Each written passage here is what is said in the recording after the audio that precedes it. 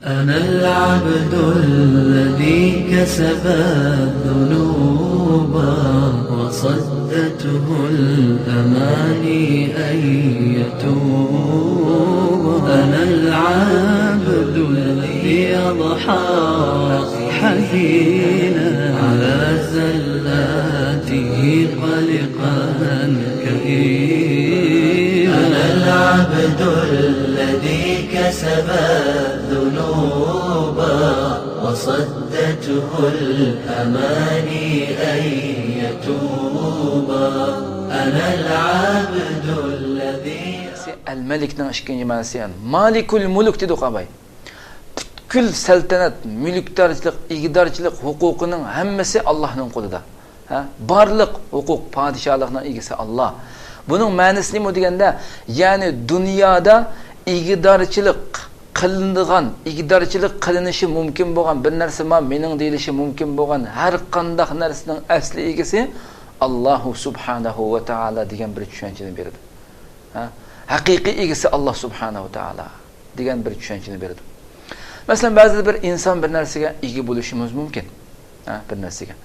Uningdan ammo bir narsaga ega bo'lib turib, uningdan foydalanmasligimiz yoki bo'lmasa uningdan tasarruf qilish haqqimiz bo'lmasligi mumkin.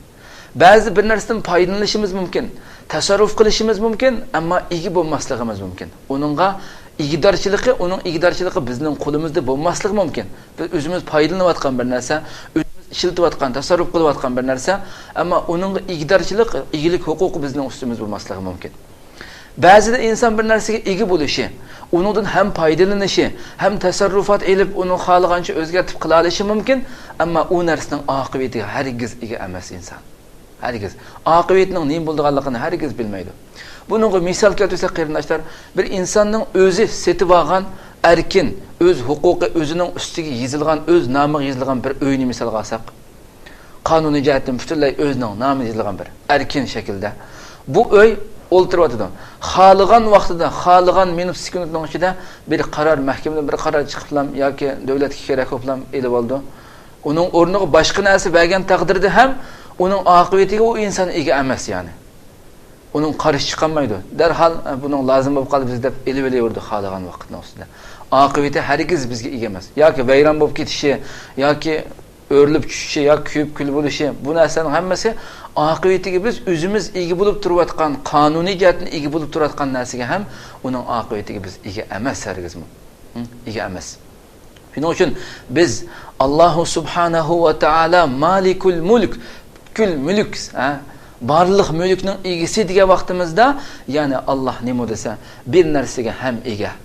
Allohning igidorchiligi bo'lganda ham uningga ega, ham uningda xohlagancha tasarruf qiladi, ham uning oqibati ham Allohning qo'lida.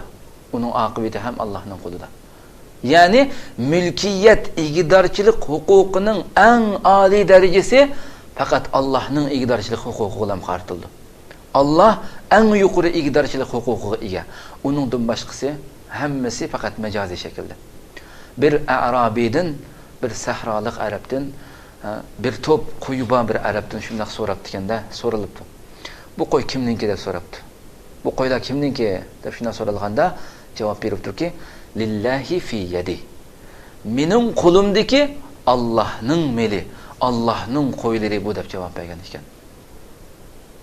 Demak, haqiqiy bir mu'min, rastchil bir mu'min, sodiq mu'min, uning uyi bo'lsin, tijorat do'koni bo'lsin, mashinasi bo'lsin, uning hattoki qo'lidan keladigan qobiliyati bo'lsin, hunar kasbi bo'lsin, jamiyatdagi o'rni bo'lsin, olgan unvon shahodatlari bo'lsin, mushu narsalarning hammasini haqiqiy mu'min Allohning mulki deb qaraydi. Bu narsa mening emas, bu Alloh subhanahu va taolaning mulki bu. Alloh xohlaganda tatib oldi buni. Xohlaganda elib olish qodir deb bu shaklda qaraydi. Shu misolni o'ylab boqaylik qarindoshlar. Dunyoda eng yuqori darajada, eng yuqori unvon tibbiy sohada doktorlikda eng yuqori unvonga erishgan bir doktorni o'ylab boqaylik. Ixtisosida o'zining kasbida birinci derlik unvonga erishgan bir doktor, shu doktor shu qobiliyati bilan agarda shu doktorning mingsidagi bir tal eqivatgan shu kichikkina bir tumur, yingnining tushkichilik yerdagi, yingnining tushkichilik tumur agar qetibli qolsa, shu hamon barliq aslimasini, qobiliyatining hammasini yo'qotadi.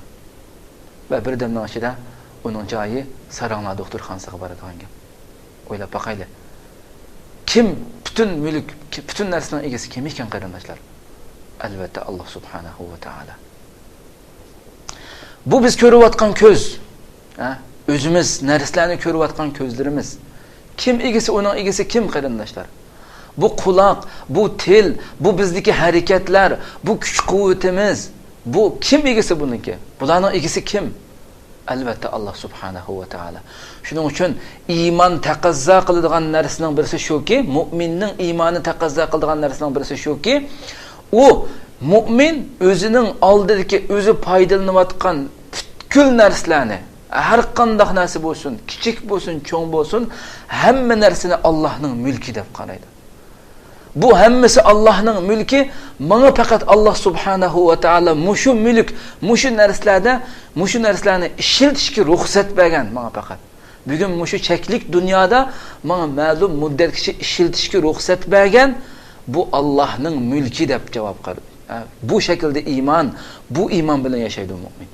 Xuddi ashu arabi liman hadal qati'u ya fulan ipalani bu bir to'p pada kimning deganda lillahi fi yadi mening qo'limdagi Allohning deb javob berganidek mu'min har bir narsani uyi bo'lsin, tijorati, hamma narsa uning jamiyatdagi 100 obro'yidan tatib Alloh xalqiga maqtatib oldi, chunki uning jamiyat Alloh yo'lida ko'rsatgan nurg'un kitob, materiallarni chiqarib kishilarga manfaatlantirgan bo'lsin, uning ajoyib insonni lol qildigan aqli bo'lsin, hamma narsa Allohning qarindoshlar. Uning egasi Alloh. Uning egasi Alloh. Faqat Alloh ma'lum muddatcha uni ishlatishga bizga ruxsat bergan faqat.